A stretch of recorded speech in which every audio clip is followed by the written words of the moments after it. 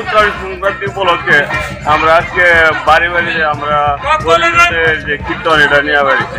কতদিন ধরে এটা আপনার? এটা দীর্ঘদিন যাবত এটা আমরা হিন্দু সনাতন ধর্মে পূর্বপুরুষ থেকে এটা আমাদের মানে চালু আছে এবং বর্তমানে এটা আমরা ওই পূর্বপুরুষের সিঁড়ি ধরে এটা আমরা এখনো চালিয়ে আছি এবং ভবিষ্যতে যাতে আমরা আমাদের ছেলেমেয়েরা যাতে ওই রকমভাবে চালিয়ে যেতে পারে সেটা আমরা শিক্ষা দিয়ে যাবো। কোন জায়গায় এটা? এটা ইন্দ্রনগর কালীবাড়ি, আমরা দক্ষিণ ইন্দ্রনগর কালীবাড়ি 8 নম্বর ওয়ার্ডের। কতজন ফ্যামিলি এই জায়গাটা? এখানে প্রায় 600-700 ফ্যামিলি আছে।